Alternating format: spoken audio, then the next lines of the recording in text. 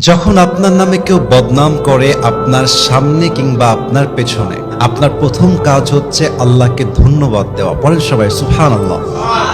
কি সুন্দর কথা আল্লাহ তাআলা বলছেন, খুব খেয়াল করবেন। আল্লাহ বলছেন, সবর ধারণ করো তাদের কথার ব্যাপারে যারা তোমার ব্যাপারে বদনাম করে, এর কারণ আমি আল্লাহ জানি তারা যা বলছে সত্য নয়, বরং তুমি হচ্ছ আসল সত্যবাদী, তুমি সেই অন্যায়টা করো নাই।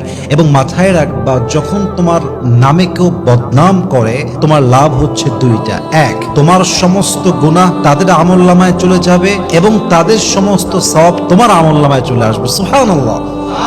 তো যারা বদনাম করবে তাদের জন্য আপনি আফসোস করবেন যে ইস রে, আমার ভাইটা বুঝে না, আল্লাহ আমার ভাইকে তুমি হেদায়াত দান করো। কিন্তু মানুষের বদনামের জন্য, অন্যের চরিত্র নষ্ট হওয়ার জন্য নিজের চরিত্র নষ্ট করা, এটা বোকামি ছাড়া আর কিছুই হতে পারে না, ঠিক কিনা বলেন? অতএব আজ থেকে বদনাম করলে নারাজ হবেন না, মন ছোট করবেন না, ভরসা রাখবেন এক সত্তার উপরে, তিনি কে?